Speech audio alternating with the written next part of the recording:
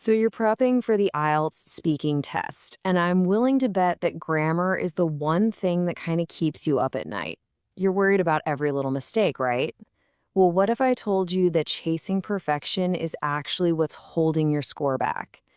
Let's unpack why that is and get to the real secret of high band grammar. I know, that sounds completely backward, doesn't it? But this right here, this is the fundamental truth of how IELTS grammar is actually scored. It's not about being flawless. It's about something much, much more important. And once you get this, it's a total game changer for your score. All right, so let's start by tackling this perfect grammar myth head on. We are going to bust the single biggest misunderstanding that stops so many people from getting the score they deserve. This slide really says it all, doesn't it? On the left, you've got what we think the examiner wants. Absolutely zero mistakes, these long, perfect sentences you'd find in a textbook.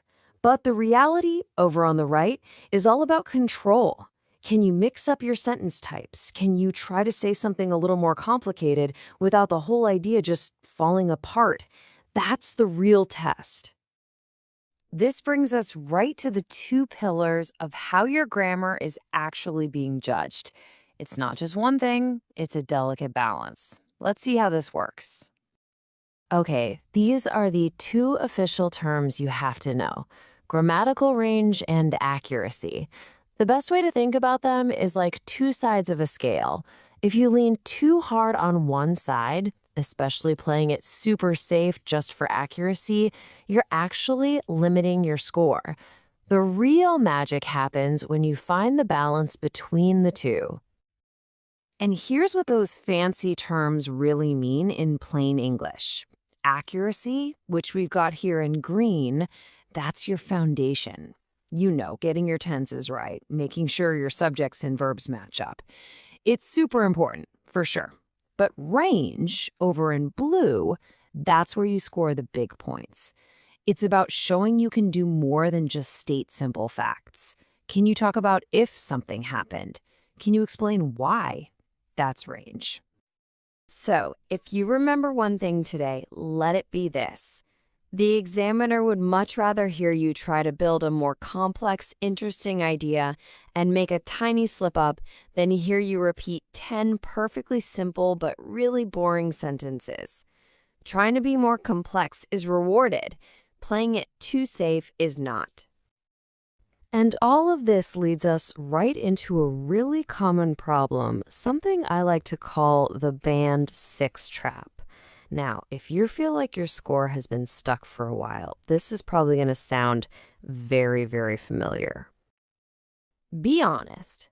Does this little voice in your head sound like you? I'll just stick to really simple sentences. That way, I can't possibly make a mistake. And look, it feels like a smart, safe strategy. But in the world of IELTS, that safety-first approach, well, that is the trap. It puts a hard ceiling right on top of your score. Because when you play it safe, this is what the examiner hears. Just a string of short, simple, grammatically correct, but let's be honest, pretty basic sentences. There's nothing technically wrong with them, but they just don't show off the range you need for a higher band score. And there it is. That's the result. You can be 100% accurate, but if your answers sound like what we just saw, the feedback is always the same: limited range. Your obsession with perfect accuracy has built you a wall that you can't seem to climb over, and that wall is called Band 6. Okay, enough about the problem, right? Let's talk about the solution. And the good news is you don't need to go memorize some giant grammar textbook.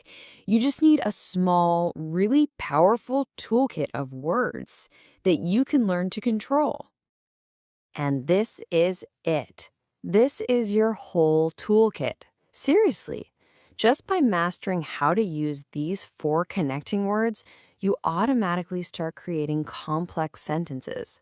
So instead of saying, I like movies, they are exciting, you can just connect them. I like movies because they are exciting. It feels like a tiny change, but to an examiner, that's a huge leap in your grammatical range. Now, here's a pro tip that a lot of people miss. Your grammar strategy shouldn't be exactly the same for the whole test.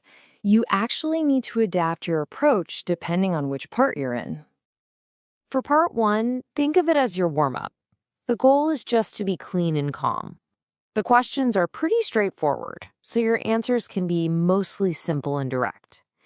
But you can still throw in an occasional because or when, just to show the examiner you've got that skill in your back pocket.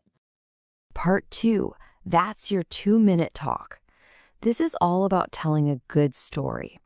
So this is your moment to really show a mix of tenses.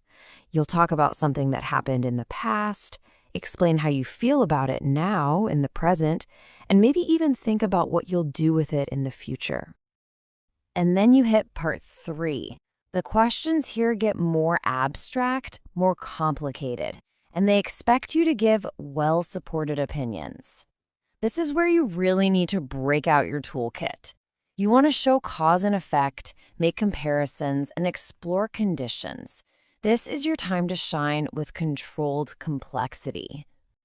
So let's bring this all together. At the end of the day, success with IELTS grammar isn't just about the words you use.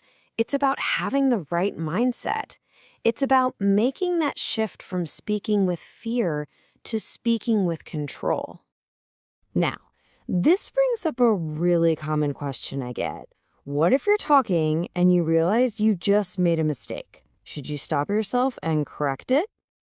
The answer is almost always no. Don't do it.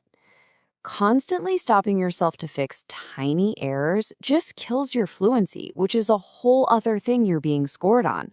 Plus, it just signals to the examiner that you're nervous and insecure. Honestly, unless you've said something that completely changes the meaning of your sentence, the best strategy is to just power through and keep moving forward. This right here is the mental switch you have to flip. You've got to stop asking yourself, is my grammar perfect? Because that question just leads to fear and playing it safe. Instead, start asking, is my message clear? Am I in control of this sentence? That question leads to confidence in a much higher score. And that is the ultimate takeaway.